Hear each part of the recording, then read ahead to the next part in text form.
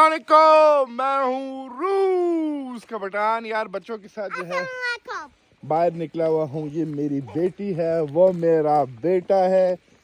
Siberia में जो है बस जिंदगी एंजॉय कर रहे हैं अल्हम्दुलिल्लाह। और क्या बता सकते हैं भाई, इस तरह के व्लॉग्स वगैरह जो हैं वो सारे आते रहेंगे। बाकी आप लोगों की मर्जी है, ठीक है, जो करना है करो, देखना है देखो, नहीं देखना है आगे बढ़ो। ये सब की हर किसी की अपनी चॉइस होती है।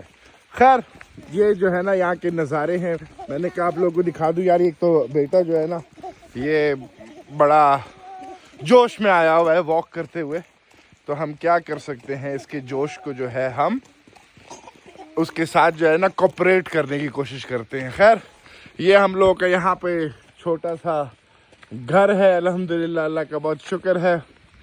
गर्मियाँ आ गई हैं, सर्दियों का माहौल जो है मैं यूट्यूब पे तो नहीं दिखा सका, लेकिन वो मैंने टिकटॉक पे दिखाया हुआ है।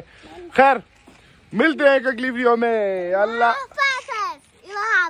अल्लाह हाफिज।